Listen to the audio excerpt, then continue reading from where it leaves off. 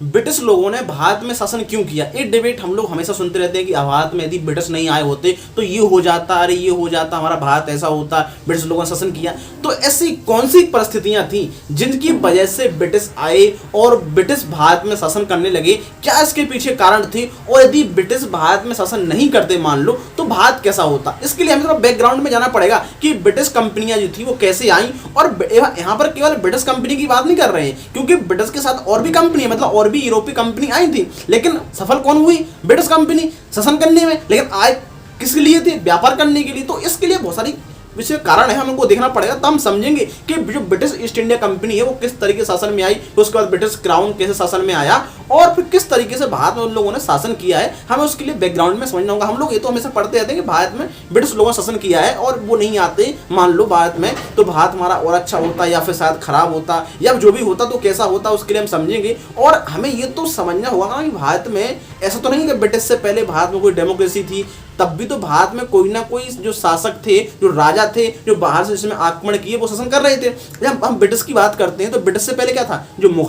जो मुगल एम्पायर था वो भारत में शासन कर रहा था, समझो। अब ब्रिटिश ईस्ट इंडिया कंपनी की स्थापना कब हुई? 1600 के करीब, 1600 ईस्वी में, मतलब 17वीं शताब्दी की शुरुआत में। और ये लोग आए कब है? 17वीं शताब्दी की शुरुआत में ही आए हैं। लेकिन उससे 100 साल पहले तो पुर्तगाली भी आ गए थे, मतलब जब ब्रिटिश आए उससे 100 साल पहले पुर्तगाली आए। लेकिन इसके लिए परिस्थिति क्या बनी? क्यों यूरोपीय कंपनियों को यहाँ पे आना पड़ा? देखो, यूरोप का भारत के साथ व्यापार चलता था, मध्यकाल में व्यापार चलता था, प्राचीन काल में जो रोमन एम्पायर तब भी भारत का व्यापार चलता था इटली के साथ, मतलब यूरोप के साथ। लेकिन अभी क्या हुआ कि जब इस अरब क्षेत्र में इस्लामिक शासन स्थापित हो गया तो क्या हुआ कि अरब व्यापारी जो है वो व्यापार में आने लगे। अब जब व्यापार में आने लगे तो यहाँ पर जो यूरोपीय कंपनियों का था वो जो थी उनका क्या, यूरोपीय देशों का मुनाफा थोड़ा कम हो गया। लेकिन अब यहाँ पे बात सबसे बड़ी बात है कि यहाँ पर जो मेन जो व्यापार में आगे था वो था इटली, मतलब जो रोमन क्षेत्र था, मतलब रोम का जो इटली है, मतलब ये वाले क्षेत्र, इटली हो गया, ग्रीस हो गया, ये काफी इस व्यापार में काफी अग्रणी थे। लेकिन अब यहाँ पे अरब क्षेत्र के माध्यम से व्यापार चल रहा था मध्यकाल में, प्राचीन काल में खुद ही कर रहे थे व्यापार।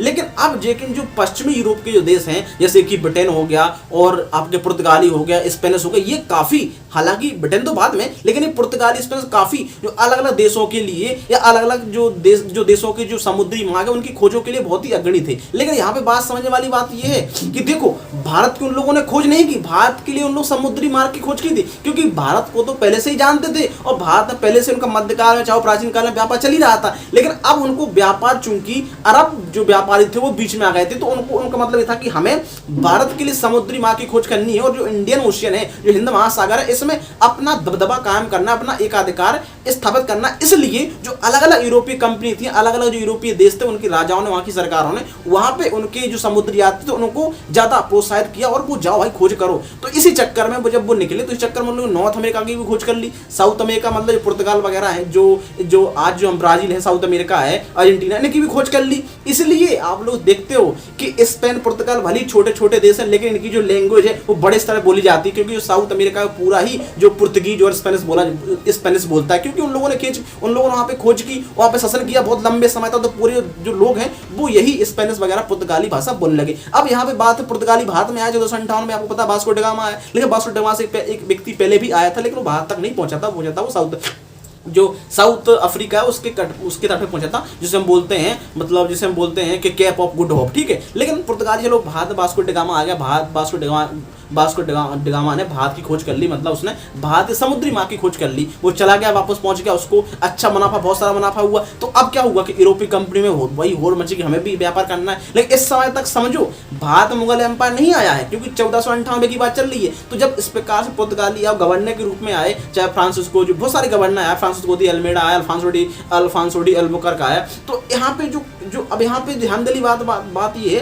कि पुर्तगाली केवल व्यापार करने के लिए आ रहे हैं। ये 100 साल बाद ब्रिटिश आएंगे, फ्रांस आएंगे, डच आएंगे, ये लोग बाद में। तो जो पुर्तगाली है वो 16वीं शताब्दी में आ गए, ब्रिटिश कब आए? 17वीं शताब्दी में ही आ गए, ठीक है, ब्रिटिश 100 साल बाद आए। लेकिन अब जब ब्रिटिश आए तब भारत में मुगल एम्पायर शासन स्थापित हो गया है। लेकिन अब पुर्तगाल, इनमें क्या हुआ कि पुर्तगाल लोगों ने साउथ अमेरिका में ज़्यादा इंटरेस्ट देखने लगे, वहाँ पे ज़्यादा उनको फायदा होने लगा, और फिर एक प्रकार से इन दोनों में कंट्रडिक्शन हो गया। और साथ में ये भी था कि जो पुर्तगाली थे उन लोगों ने ब्रिटिश के साथ शादी भी कर दी राजकुमारी की, तो वो मुंबई उन लोगों ने दे दिया था। मतलब एक प्रकार से जो है भारत के खेल से, भारत के मार्केट से पुर्तगाली बाहर निकल गए। इसी प्रकार डच भी निकल गए, डच लोगों ने जो पूर्वी में इंडोनेशिया है वहां पर कब्जा कर लिया तो वो भी बाहर निकल गए। अब बचे ब्रिटिश फ्रांसीसी और ब्रिटिश में दोनों में युद्ध हुए, मतलब एक प्रकार से एंग्लो हम पढ़ते हैं एंग्लो कर्नाटक वॉर हुए, ये लोग हम पढ़ते हैं। इसी एंग्लो कर्नाटक वॉर से ये सिद्ध हो गया था कि भारत में यदि कोई आगे समय तक कोई जाएगा तो वो उसमें होगा ब्रिटिश ही जाएगा, क्योंकि ब्रिटिश यहाँ पे जीत गए थे, तो फ्रांसीसी मतलब हार गए थे, तो फ्रांस जब केवल व्यापार करने के लिए बचे थे। लेकिन अब ब्रिटिश को ये कैसे पता चला कि यहाँ भारत में शासन करना है, कैसे?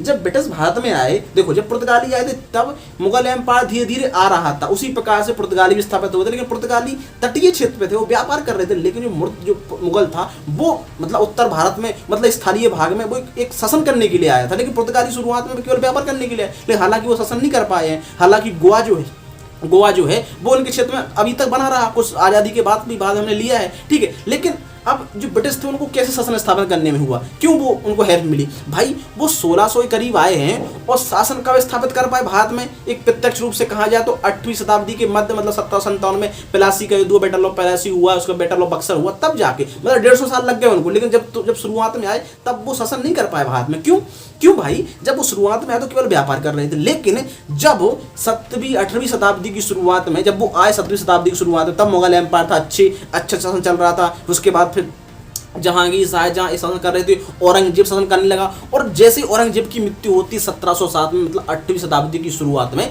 तब यहाँ पे क्या होता है कि जो मुगल एम्पायर होता है उसका डिक्लाइन होने लगता है। मतलब जो मुगल एम्पायर के जो बाद के शासक रहे, चाहे वो जहांदार शाह हो, चाहे वो बहादुर शाह प्रथम हो, या फिर जो फारूक शेर हो, मोहम्मद शाह रंगीला हो, सारे शासक मतलब एक प्रकार से कमजोर साबित हुए। और इससे हुआ क्या कि जो क्षेत्रीय शक्तियाँ थी, मतलब जो मुगल एम्पायर था वो क्षेत्रीय शक्तियों में बंटने लगा, जैसे बंगाल हो गया, हैदराबाद हो गया, कर्नाटक हो गया, मैसूर हो गया, मतलब मैसूर तो हालांकि वो ठीक है, हालांकि मैसूर हो गया, मराठा क्षेत्र हो गया, राजपूताना क्षेत्र हो गया, रुहेलखंड हो गया, अब अवध हो गया। तो इन लोगों ने क्या किया, अलग अलग मतलब जो है वो क्षेत्रीय राज्य के रूप में वो स्वतंत्र होने लगे। मतलब कि अरे हम तो भाई खुद ही स्वतंत्र होंगे, बंगाल का नवाब हो गया, जैसे कि हैदराबाद का निजाम हो गया। तो अब इसमें क्या हुआ, ब्रिटिश बहुत ध्यान से देख रहे थे, क्या हुआ कि क्षेत्रीय लोग ही आपस में बट गए और मुगल एम्पायर का डिक्लाइन होने लगा। इतना बड़ा मुगल एम्पायर था जो वो डिक्लाइन होने लगा धीरे धीरे। तो अब क्या हुआ इसमें कि जो ब्रिटिश और फ्रांसीसी थे, इन लोगों ने क्या किया कि जो राजाओं के जो आपसी मतभेद थे, जो आपसी लड़ाइयाँ थी, उसमें ये लोग दखल देने लगे, क्योंकि अब वो ये सोच रहे कि आपस में लड़ रहे हैं। लेकिन हालांकि ये जो ब्रिटिश थे, फ्रांसीसी थे,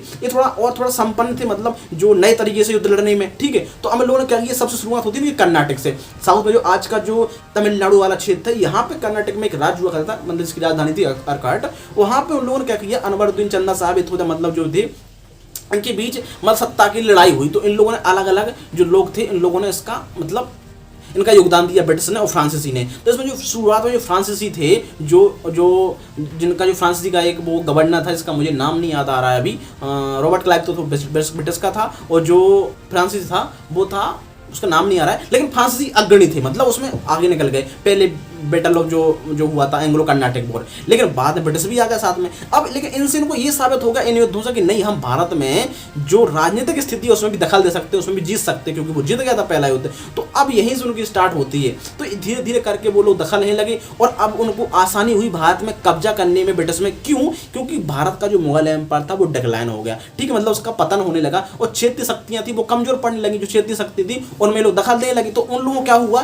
कि इन क्षेत्रीय शक्तियों को अलग अलग करके हराने में उनको आसानी हुई। यदि मान लो एक साथ पूरा साम्राज्य होता और हराते तो नहीं हरा पाते, क्योंकि पहले भी देख चुके थे, चाहे पुर्तगाली हो, चाहे बंगाल में हुगली पर हो, वो हराया, चाहे मुगल एम्पायर, चाहे जहांगीर हो, चाहे अकबर हो, उन लोगों ने हराया, लेकिन वो शासन नहीं कर पाए। वो केवल व्यापार, हर बार माफी मांग के व्यापार करने लगे। लेकिन समय आ गया भाई साहब 8वीं शताब्दी के मध्य में, यहाँ पर मुगल एम्पायर सबसे निचले स्तर पे है, मतलब पूरा मतलब पतन होने लगा है उसका, और साथ में क्षेत्रीय शक्तियां उभर गई, बंगाल, ये हैदराबाद वगैरह, ये कर्नाटक वगैरह, अवध वगैरह।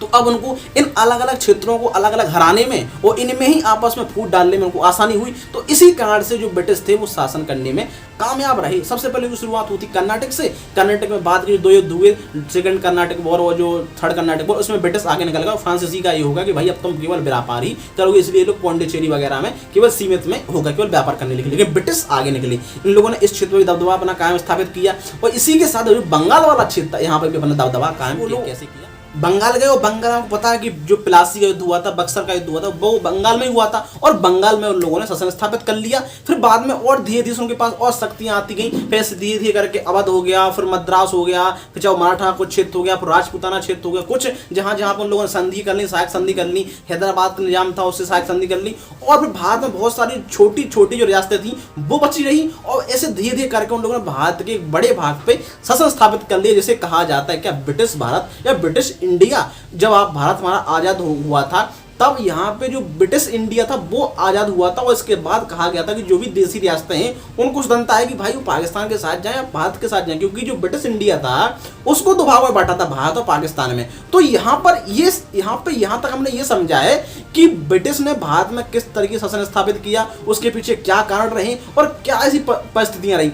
ऐसा नहीं था कि वो सीधे इसलिए आए थे चलो ठीक है हम भारत में चलो शासन करते हैं, यदि ऐसा ही था तो सीधा सेना लेके आते, आक्रमण कर देते, जैसा कि मुगल आए, उन लोगों ने यहाँ पे युद्ध लड़ा, जीत गए और शासन स्थापित करे। वो तो नहीं व्यापार ये वगैरह वगैरह, वो एक कंपनी के रूप में आए थे। क्योंकि सोचो ब्रिटिश ईस्ट इंडिया कंपनी 100 साल तक भारत में शासन कर रही है, 1757 से लेकर 1857 तक, किसी को पता ही नहीं। बाद में ब्रिटिश क्या शासन कर 1858 का जो अधिनियम आया था, 1857 की क्रांति हुई थी, उसके बाद जो भारत का शासन है वो ब्रिटिश क्या उनके पास पहुंचा था। उससे पहले जो ब्रिटिश ईस्ट इंडिया कंपनी ही शासन कर रही, मतलब प्राइवेट जो कंपनी है वो शासन कर रही भारत में, ब्रिटिश की, समझ रहे हो। तो ये इस तरीके से हम लोगों ने भारत पे कब्जा कर लिया था। अब चूंकि ये देखो जब वो आए तब तो भारत में राजाशाही थी ना, तब भी राजाशाही चल रही थी, तब भी राजा थे और वो शासन कर रहे थे। लेकिन जब ये लोग आए, इन लोगों ने राजाओं के साथ युद्ध लड़ा। हालांकि इनमें बहुत सारी युद्ध जो हमारी, क्योंकि जो हमारे जो देसी जो राजा थे या फिर जो देसी राजे थे उनमें आपसी मतभेद थे, उनको फायदा मिला, और साथ में राजा के जो अंदर जो भी चाहे उनके सेनापति थे उन लोगों ने इससे साठगांठ कर ली। जैसे कि मान लो बंगाल में क्या हुआ, प्लासी होते, मीर जाफर को उन्होंने अपनी साइड ले लिया, लो भाई साहब मीर जाफर को ले लिया, तो सब सिराजुद्दौला क्या करे, अकेला भगा दिया सिराजुद्दौला को, भाई भागो तुम, मतलब मीर जाफर ने कि तुम नहीं जीत पाओगे आप, मतलब बहुत मुश्किल है। और उसके बाद उसने अपने बेटे को उसका आदेश देकर उसकी हत्या करवा दी और खुद ही नवाब बन गया मीर जाफर। और फायदा किसको, ब्रिटिश को, क्योंकि ब्रिटिश कंपनी को बहुत सारा पैसा दिया और उसी के अकॉर्डिंग शासन कर रहा है, उसके अनुसार। बाद में से बेटा लो बक्सर हुआ, तो बाद में फिर ऐसे में जो ब्रिटिश बंगाल में दूसरा शासन स्थापित हो गया, कंपनी के पास बहुत शक्तियां आ गई, ऐसे ऐसे करके वो सत्ता में स्थापित हो गए। तो यहाँ पे यह पता चला कि भाई भारत में शुरुआत कहाँ से हुई, उन्होंने कर्नाटक और बंगाल से, बाद में धीरे धीरे करने लगे, पूरे भारत में शासन उन्होंने स्थापित कर लिया, जैसे ब्रिटिश भारत कहा जाता है। इसके अलावा और भी देसी रियासतें भारत में थी, मतलब वो लेकिन भारत के बड़े क्षेत्र में ब्रिटिश शासन कर रहे थे। लेकिन ब्रिटिश से पहले क्या था, मुगल एम्पायर था, या मुगल एम्पायर का डिक्लाइन हुआ तो देसी रियासतें हो गई, देसी नवाब हो गए, देसी राजा हो गए, पेंसिली स्टेट हो गए। लेकिन मान लो चलो ब्रिटिश भारत में नहीं आते, ये सोचो, मतलब एक मान लो चलो ठीक है भारत में ब्रिटिश नहीं आते, मान लो ब्रिटिश कंपनी भी नहीं आती, व्यापार चलो करने नहीं आती, ऐसा तभी होता कि या तो अरब में मुस्लिम शासन स्थापित नहीं होता तो उनका सीधा व्यापार चल रहा था, या फिर उन लोगों ने जब मॉडर्न काल आया, यूरोप में जो नवजागरण हुआ, मतलब यूरोप में या तो वो नहीं होता, नवजागरण नहीं होता, यदि नवजागरण हुआ तो उससे क्या हुआ, नवजागरण या उसको बोलते हैं मतलब पुनः जागरण, उससे पुनः जागरण, क्योंकि वो आए, नई कंपनियां बनी, मतलब जो इंडस्ट्री जो मतलब जो हम बोलते हैं ना कि भाई जो इंडस्ट्रियल रेवोल्यूशन हुआ वो हुआ। उसके अलावा उनके पास बहुत सारा पैसा भी आया, फिर उन लोगों ने अलग अलग व्यापार के लिए अलग अलग मार्ग खोजे, तो इस तरीके से भारत में आए। चलो ठीक है, मान लो भारत में ब्रिटिश आए भी थे, वो शासन नहीं स्थापित कर पाते, तो यहाँ क्या होता, भारत में राजा जो थे शासन कर रहे होते, नवाब शासन कर रहे होते, या मुगल एम्पायर था वो शासन कर रहा होता। लेकिन आज के समय में जिस प्रकार से 1947 में भारत आज़ाद हुआ और भारत में डेमोक्रेसी स्थापित हुई, ब्रिटिश शासन था, इस समय तक हम दुनिया के बड़े क्षेत्र में मतलब हम लोग एक प्रकार से मतलब संबंध स्थापित हो गए थे, मतलब कि भाई हम मतलब डेमोक्रेसी को भी समझने लगे थे कि भाई भारत ब्रिटिश शासन, लेकिन अन्य देशों में, कई देशों में ब्रिटेन है तो वहाँ पर खुद डेमोक्रेसी है, और अमेरिका हो गया और अलग अलग यूरोप कंट्री है यहाँ पे डेमोक्रेसी है। वो इन लोगों ने बाकी जो अलग देशों में कॉलोनी बनाई हुई है, वहाँ पे उपनिवेश बनाए रखे हैं, गलत हो रहा है, हमें इससे आज़ादी चाहिए। तो मान लो ये हो रहा था, तब हम लोग आज़ादी मिली, हम लोग डेमोक्रेसी बने। लेकिन मान लो ब्रिटिश नहीं होते और भारत पे शासन किसका होता, राजाओं का होता ना, वो तो स्वाभाविक सी बात है, क्योंकि ब्रिटिश से पहले भी कौन था, नवाब दे या जो बंगाल जो बादशाह थे, मुगल बादशाह, वो शासन कर रहे थे, राजा शासन कर रहे थे, तो वही शासन करते आ रहे थे। तो क्या तब नहीं तब भी तो हमें डेमोक्रेसी स्थापित करने के लिए, तब भी तो हमें इनके खिलाफ एक प्रकार से लड़ाई लड़नी ही होती, खुद समझो ना, क्योंकि ये राजा रानी थे, ये लोग, इनके पास बहुत सारा पैसा है, ये लोग शासन स्थापित कर रहे हैं, जनता पे शासन कर रहे हैं। जिस प्रकार से ब्रिटिश आए, उन लोग शासन किया, ब्रिटिश ने क्या किया, शासन किया, लेकिन यहाँ का पैसा वो लोग अपने देश में ले गए, बहुत सारा पैसा यहाँ पे वो मतलब बहुत सारा उनका उपयोग, यहाँ के संसाधनों का उपयोग अपने देश के लिए किया, मातृ देश के लिए किया। लेकिन जब यहाँ के राजा थे वो यहाँ पे रहे थे, यहाँ पे शासन स्थापित कर रहे थे। लेकिन ये एक इंपॉर्टेंट चीज़ है कि भारत में यदि मान लो ब्रिटिश नहीं आते तो भारत पे शासन किसका, मतलब मुगलों का। मुगल डिक्लाइन हो गया था तो कौन, देसी राजा थे, या फिर जो देसी राज था, जो देसी भारतीय रियासतें थी, अलग अलग भारत बटा हुआ, देसी रियासतों में बटा हुआ था, ठीक है। लेकिन ब्रिटिश शासन स्थापित हुआ और भारत आज़ाद हुआ तो हम लोगों ने उसको क्या है, एक देश के रूप में उनको हमने इकट्ठा कर लिया, उनका पुनर्गठन कर लिया, उनका एकीकरण कर लिया। लेकिन मान लो ब्रिटिश नहीं थे, राजा शासन कर रहे थे, तो तब हमें क्या राजाओं के खिलाफ लड़ाई नहीं लड़नी पड़ती? मतलब हमें तब भी तो हमें एक देश बनाने के लिए, उसका यूनिफिकेशन करने के लिए तब भी तो हमें राजाओं के खिलाफ लड़ाई लड़नी होती, क्योंकि डेमोक्रेसी स्थापित करनी होती। ये सोचो कि भारत जब आज़ाद हुआ तब भी तो जम्मू कश्मीर हो गया या फिर जो बंगाल हो, मतलब नवाब जो हैदराबाद हो गया, तब भी तो लोग कहाँ शामिल हुए थे भारत में? या फिर वो तो सोचते हैं हमारी राजशाही बनी रहे, तो हमने क्या किया, राजाओं को शामिल किया। वहाँ पे जो प्रीपीपर्स था, मतलब उनको हमने दिया कि भाई आप लोगों को पैसा मिलेगा, लेकिन आपको ना कोई अधिकार है, ना कोई सेना है, आपके जो महल है, आपकी संपत्ति आपको वो है आपके पास, ठीक है। लेकिन अब आपका स्थापित शासन नहीं स्थापित, सरकार शासन चलाएगी, ठीक है। लेकिन उसके लिए खर्च पाने के लिए उनके लिए फिर भी उनको एक सुविधा दी गई, जिसके हम बोलते हैं प्रीपीपर्स, बोलते हैं प्रीपीपर्स, ठीक है। तो अब ये हमें क्या समझ में आता है कि भाई ब्रिटिश आते या नहीं आते, तब भी भारत में कोई डेमोक्रेसी नहीं थी पहले, ये समझो। तब भी भारत में राजाओं का शासन चल रहा था। अब चूंकि ऐसी परिस्थितियां बनी, ब्रिटिश को मौका मिला और वो शासन में आ गए, तो उन्होंने शासन किया, ठीक है। लेकिन जब ब्रिटिश गए तो भारत में क्या हुआ, डेमोक्रेसी स्थापित हुई, मतलब वो चले गए, भारत पे लोगों का शासन बना, एक देश बना, ठीक है। लेकिन मान लो ब्रिटिश नहीं आते, और वैसे भी नहीं आना चाहिए था भाई, ब्रिटिश शासन क्यों कर, दूसरे देश के हमारे यहाँ रूल क्यों कर रहे हैं, ये भी गलत था। लेकिन जब राजाओं जो रूल कर रहे थे, मुगल बादशाह रूल कर रहे थे, या फिर जो नवाब रूल कर रहे थे, तो वो भी तो गलत था, क्योंकि वो जनता पे शासन कर रहे थे। तब भी तो हमारे यहाँ डेमोक्रेसी नहीं थी, क्योंकि सोचो अमेरिका में क्रांति 1776, 1787, 88 में यहाँ पे संविधान बन गया है, और हम लोग कितने, मतलब लगभग 200 साल भारत में, तभी मतलब तब जब ये सोचो कि जब भारत में ब्रिटिश शासन स्थापित हो रहा है, तभी अमेरिका में ब्रिटिश से अमेरिका आज़ाद हो रहा है। तो हम तो अमेरिका से वैसे 200 साल पहले पीछे थे, मतलब उन लोगों ने 200 साल पहले ही वहाँ पे डेमोक्रेसी स्थापित कर ली थी, मतलब वहाँ पार्लियामेंट बन गई, वहाँ पे राष्ट्रपति चुनाव होने लगे, मतलब जनता वोट डालने लगी। लेकिन ये सोचो हमारे यहाँ ब्रिटिश शासन स्थापित चल रहा है, या ब्रिटिश नहीं होता तो मुगल शासन कर रहे होते, या फिर राजा कर रहे होते, तब भी तो हमें कहाँ पे डेमोक्रेसी मिल रही थी, तब भी हमें कहाँ वोट डालने का अधिकार मिल रहा था। लेकिन क्या हुआ, 1947 तक आते जाते ब्रिटिश शासन हो गया, तब भी एक जो भारत है या फिर पूरे वर्ल्ड होगा, एक प्रकार से वो एक दुनिया के या मानचित्र में या दुनिया के संपर्क में बहुत सारे क्षेत्र आने लगे। इस प्रकार से बड़े पैमाने पर, उस प्राचीन काल में, मध्यकाल में इस बड़े पैमाने पर नहीं था। नई खोजें हो गई, Australia, north America, south America, तो अब एक बड़े पैमाने पर लगा, डेमोक्रेसी स्थापित हो गई अलग अलग देशों में। तो भारत में मांग उठी डेमोक्रेसी की, संविधान सभा की, तो भारत संविधान सभा बनी, भारत डेमोक्रेसी स्थापित हुई। जब ब्रिटिश चले गए, ठीक है, भारत में पार्लियामेंट बनी, भारत में शासन स्थापित हुआ, प्रधानमंत्री बनने लगे, राष्ट्रपति बनने लगे, चुनाव होने लगे। लेकिन मान लो ब्रिटिश नहीं भी होते, चलो ठीक है, तो भारत शासन किसका, राजाओं का, नवाबों का, बादशाह का, तब कहाँ तब भी तो जनता वोट नहीं डाल रही ना, तब भी तो शासन को नहीं चुन रही ना। तो इसकी गारंटी कौन ले रहा है कि यदि भारत में ब्रिटिश नहीं हो तब भी तो भारत में शासन नहीं होता, तो राजाओं का शासन होता, मतलब जो बादशाह थे, मुगल बादशाह थे या फिर जो नवाब थे, उनका शासन होता। और भारत में मुगल एम्पायर का डिक्लाइन हुआ था जैसे जैसे, तो क्षेत्रीय जो राज्य थे या क्षेत्रीय रियासत थी वो उभर गई थी, मतलब क्षेत्रीय, मतलब जो देश था हमारा वो बटा हुआ था, मतलब अलग अलग जो देसी राज्य थे या देसी रियासतें थी, देसी जो अलग अलग नवाबों की, अलग शासकों की जो रियासतें थी वो थी, जैसे कि बंगाल हो गया, ये हो गया। यदि मान लो ब्रिटिश नहीं शासन करते तो इन लोगों का शासन हो रहा था, या फिर इन्हीं के वंश जो थे, डायनेस्टी थी जो स्थापित हो गई थी। जैसा कि 1947 तक आपको पता है किसका शासन था, हैदराबाद पे किसका शासन था, निजाम का। तो इसी प्रकार से और अन्य भागों में जो भी शासन थे, वो राजा महाराजा जो भी थे उनका शासन चल रहा होता। तो जो हमने 1947 में जो हम आज़ाद हुए, या फिर उससे पहले हम लोगों ने भारत को आज़ादी के लिए जो लड़ाई लड़ी, जो हम लोगों ने विद्रोह किए, या फिर उसके लिए जो क्रांति की, ब्रिटिश को हराने के लिए, ब्रिटिश को शासन से उखाड़ने के लिए, तो वही क्रांति, वही सारे विद्रोह, वही सारे आंदोलन हमें इन राजाओं के खिलाफ, या फिर जो भी हमारे यहाँ के जो भी डिक्टेटरशिप थी या फिर जो मोनार्की थी, वो हमें स्थापित करने की, उनको हमें उनको हटाने के लिए और डेमोक्रेसी स्थापित करने के लिए इनको हटाना होता, इनको आंदोलन करने होते। जिस प्रकार से मैंने ब्रिटिश से लड़ाई लड़ी या फिर आंदोलन किए, तो ये करना पड़ता। लेकिन फर्क क्या था कि ब्रिटिश थे, बाहरी थे, विदेशी थे, उनने क्यों यहाँ पे भाई शासन कर रहे हैं, हम उनके खिलाफ लड़ाई लड़ने लगी। लेकिन वो सक्षम क्यों हुए शासन करने में, उनको मतलब मौका क्यों मिला? क्योंकि देसी रियासतें थी, जो देसी, जो भारत के अंदर ही जो देसी राज्य थे, वही आपस में लड़ रहे थे, आपस में उन लोगों में कई प्रकार के मतलब विवाद चल रहे थे। तो उन लोगों ने उनका फायदा उठाया, ये व्यापार करने के लिए आए, इन लोगों ने शासन स्थापित कर लिया, इनको और फायदा होने लगा। ब्रिटिश में भारत ब्रिटिश में जो ब्रिटेन था वहाँ पैसा भेजने लगे। तो इस प्रकार से ये पूरा था कि भाई ब्रिटिश की परिस्थितियाँ बनी, उस समय यूरोप में पुनर्जागरण हुआ, अलग अलग कंपनी निकली, वहाँ के अलग देशों ने समुद्री मार्गों की खोज की। इसी प्रकार से ब्रिटिश आए, पुर्तगाल आए, फ्रांसी आए, डच आए, वो भी आए। तो इस प्रकार से उन लोगों ने बाद में वो व्यापार करते रहे, उनको मौका मिला, देसी जो पॉलिटिक्स थी उसमें इंटरफेयर किया, उन लोगों वो लोग शासन में स्थापित करने में कामयाब रहे।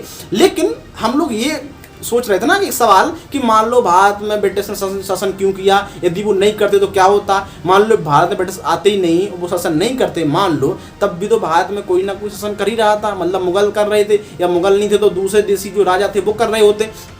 जब वो कर रहे होते कि तब तक तो ऐसा तो नहीं था कि हम लोग डेमोक्रेसी के लिए, आज़ादी के लिए आंदोलन कर रहे थे, तब तो नहीं कर रहे थे ना। तब भी तो देसी जो राजा थे वो शासन कर ही रहे थे ना। जो मुगल एम्पायर तो तब तो पूरे राजा ही हुआ करते थे, और राजाओं में ही आपस लड़ाइयाँ हुआ करती थी, युद्ध हुआ करते थे, ठीक है। और फिर वो युद्ध जीत लिया, उस क्षेत्र पर उनका शासन हुआ करता था। तो तब यदि मान लो वो शासन कर रहे होते, तब भी तो हमें उनको हटाने के लिए या फिर हमें डेमोक्रेसी स्थापित करने के लिए हमें कुछ जानना पड़ता। और हम जब और अलग देशों से संपर्क में आते, जानते डेमोक्रेसी क्या है, या फिर डेमोक्रेसी कहाँ कहाँ पे स्थित है, राजा नहीं है, तो हमें इन राजाओं को हटाने के लिए या फिर राजाओं का शासन हटाने के लिए भी तो हमें डेमोक्रेसी स्थापित करनी थी। तो हमें आंदोलन करने पड़ते, विद्रोह करने पड़ते, क्रांति करनी पड़ी। तो कहीं ना कहीं जनता है उसको तो भाई कहीं ना कहीं मतलब उनको तो आंदोलन करना था, क्रांति करनी थी। वो जनता सफ़र करती, चाहे वो ब्रिटिश का शासन था तब भी सफ़र कर रही थी, तब भी उनको नुकसान ही था, क्योंकि उनके ऊपर मतलब जबरदस्ती शासन किया जा रहा है, उनके खिलाफ टैक्स लिया जा रहा है, उनसे सरकार नहीं एक स्थापित है, उनको अपने सरकार चुनने का मौका नहीं है कि भाई कौन शासन करे या कौन पार्टी या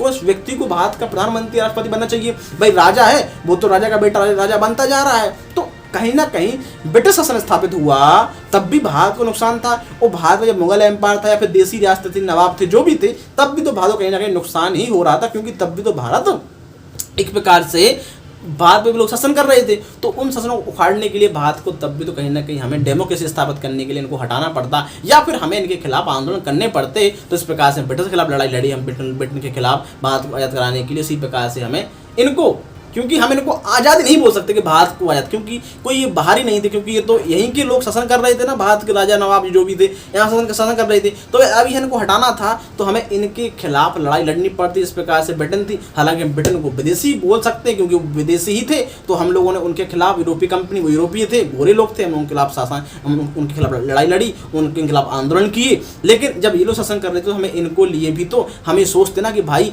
बाहरी देशों में डेमोक्रेसी स्थापित हो गई है और कहीं पर डेमोक्रेसी, तो हमें भी डेमोक्रेसी चाहिए। लेकिन हमारे यहाँ कौन शासन कर रहा, राजा कर रहा है जनता के ऊपर, तो उनको हटाने के लिए कहीं ना कहीं हमें भी डेमोक्रेसी, हमें आंदोलन करने पड़ते। तो ये पूरा विश्लेषण था कि भाई ब्रिटिश नहीं होते हमारे हिसाब से, तब भी हमें कहीं ना कहीं जनता को भारत में डेमोक्रेसी स्थापन करने के लिए राजाओं के खिलाफ, क्योंकि राजा शासन कर रहे होते, वो नहीं होते तो कोई ना कोई शासन कर ही रहा था, क्योंकि उस समय तक चुनाव या फिर ऐसा तो नहीं था कि जनता सरकार चुन रही है, तब भी तो कोई ना कोई शासन कर ही रहा था राजा। ब्रिटिश आए तो ब्रिटिश में शासन करने लगे, नए तरीके से करने लगे, फिर लोग हटाने के लिए हम लोगों ने डेमोक्रेसी स्थापित करने के लिए आंदोलन किए। तो इस प्रकार से जो राजा कर रहे हो, शासन कर रहे होते, तो हमें उनके खिलाफ भी आंदोलन करने पड़ते, विद्रोह करने पड़ते और आज़ादी के लिए लड़ाई लड़नी पड़ती, और हमें उनके खिलाफ विद्रोह करके हमें डेमोक्रेसी स्थापित करनी होती, क्रांति करनी होती। तो इस तरीके से हमें करना होता। जिस प्रकार से यूरोप में भी कई राजा, चाहे वो फ्रांसीसी क्रांति हुई, आपको पता है राजा शासन कर रहा था, तो फ्रांसीसी क्रांति हुई, फ्रांसीसी रेवोल्यूशन हुआ, फ्रेंच रेवोल्यूशन हुआ, तो उसके खिलाफ फिर वहाँ पे डेमोक्रेसी स्थापित हुई। फिर धीरे करके और भी सरकार में परिवर्तन आया और अच्छे तरीके से डेमोक्रेसी स्थापित हुई। इसलिए जो फ्रांस है उसको कहीं ना कहीं राष्ट्रवाद का, नेशनलिज्म का या डेमोक्रेसी का जब जो क्रांति हुई उसको जनक वो कहा जाता है, क्योंकि जब उसी काल में 1776 में, 1787-88 में भारत में, मतलब जो अमेरिका था वहाँ पे स्थापित हुआ, उसी के बाद फ्रांस में यहाँ पे हुआ। 8वीं शताब्दी में जब भारत ब्रिटिश के प्रति गुलाम बना, मतलब ब्रिटिश ने शासन किया, उसी समय मतलब फ्रांस में रेवोल्यूशन हो रहा है, अमेरिका में रेवोल्यूशन हो रहा है, इंडस्ट्रियल जो रेवोल्यूशन है वो भी हो रहा है। मतलब समझ रहे हो कि अमेरिका आज़ाद हुआ ब्रिटिश से, उसी क्रांति में तब भारत में, उसी समय भारत में मतलब इनका शासन स्थापित हुआ ब्रिटिश का, तभी ब्रिटिश जो है मतलब अमेरिका आज़ाद हुआ उसी समय, और भारत जो है गुलाम बना। और उसी समय जो फ्रांस था उसने अपने राजा से एक प्रकार से आज़ादी पाई, मतलब वहाँ फ्रेंच रेवोल्यूशन हुआ, फ्रांस की क्रांति हुई 1789 के दौरान में, आपको पता है। बाद में फिर नेपोलियन आया। तो कहीं ना कहीं जिस समय दुनिया एक प्रकार से डेमोक्रेसी की तरह बढ़ रही थी या फिर रिपब्लिक की तरह बढ़ रही थी और हम लोग उस समय ब्रिटिश के गुलाम थे, और ये सोचो कि यदि उस समय मान लो ब्रिटिश भी नहीं होता गुलाम, तब भी हमारे यहाँ राजाओं का शासन चल रहा था। तो जिस समय ब्रिटिश में या फिर फ्रांस में जो था वहां पे राजाओं का शासन हट गया था, क्रांति हो गई थी, डेमोक्रेसी स्थापित होने लगी थी, तब हमारे यहाँ डेमोक्रेसी का कोई मतलब नहीं था, राजाओं का शासन था। और फिर उसके बाद क्या हुआ, हम लोग पीछे चल रहे थे, उसके खिलाफ क्या हुआ कि ब्रिटिश शासन स्थापित कर लिया ब्रिटिश लोगों ने, तो फिर उन लोगों ने और शासन करते रहे 200 साल तक, और तब जाके 1947 में हमारे यहाँ डेमोक्रेसी वगैरह आई है, रिपब्लिक आया है। तो ये कहीं ना कहीं हमारे यहाँ एक वो सिस्टम ऐसा रहा, उन्होंने शासन किया, लेकिन उन्होंने शासन किया वो गलत था, क्योंकि ब्रिटिश भारत में शासन क्यों करें, लेकिन गलत था, वो भी गलत था। लेकिन भारत में जब वो शासन स्थापित किया, कहीं ना कहीं उसके पीछे कारण रहे कि वहाँ क्षेत्रीय राजा थे, या फिर जो मुगल एम्पायर था वो डिक्लाइन हो गया था, तो उसके पीछे उनको कारण, उनको बहुत सारे वो मिले और ऊपर से ताकतवर हो गए थे, और क्षेत्रीय जो आपसी संबंध थे वो भी कहीं ना कहीं गड़बड़ थे, तो उनको फायदा उनको उसमें मिला है। तो ये पूरा सिस्टम ये यहाँ तक ऐसा हुआ है, इसलिए वो शासन स्थापित करने में कामयाब रहे। और फिर जब वो आज़ाद हुए तो भारत एक डेमोक्रेसी बाद में बना। लेकिन मान लो वो नहीं शासन करते, तब भी तो भारत में राजाओं का शासन था, तो हमें डेमोक्रेसी स्थापित करने के इस प्रकार से फ्रांस में क्रांति, तब भी तो हमें क्रांति कहीं ना कहीं करनी पड़ती, हमें विद्रोह करना पड़ता, उनके खिलाफ लड़ाई लड़नी पड़ती राजाओं के खिलाफ, तब जाके हमारे देश में क्या होता, डेमोक्रेसी कहीं ना कहीं स्थापित होती। तो इस प्रकार से हम इस चीज़ों को समझ सकते हैं। आई होप आप लोग समझ होंगे कि भारत ने क्यों, मतलब भारत में ब्रिटिश ने किस प्रकार शासन किया, क्यों शासन किया, उसके पीछे क्या कारण रहे, और भारत में यदि ब्रिटिश शासन नहीं करता तो भारत में क्या स्थिति होती और क्या होता, क्या भारत में डेमोक्रेसी स्थापित होती, कितना समय लगता, क्या लगता है, तब भी हमें डेमोक्रेसी के लिए कहीं ना कहीं लड़ाई लड़नी पड़ती। तो ये पूरा मेरा बताने का मतलब ये था वीडियो। आई होप आप लोगों को वीडियो पसंद आया होगा, कहाँ से कैसा क्या रहा, इसके पीछे कारण रहे हैं, पूरा ब्रिटिश से रिलेटेड, ब्रिटिश जो एम्पायर था, ब्रिटिश शासन था भारत में, क्या कारण रहे इसके पीछे, और क्या स्थिति बनी जो कि भारत में वो शासन स्थापित कर पाए, भारत में किस तरीके से बाद में डेमोक्रेसी स्थापित हुई, और वो नहीं करते तो क्या स्थिति बनती, आप लोग समझे होंगे। आई होप वीडियो आपको पसंद आया हो, अच्छा लगा हो तो वीडियो को लाइक से दोस्तों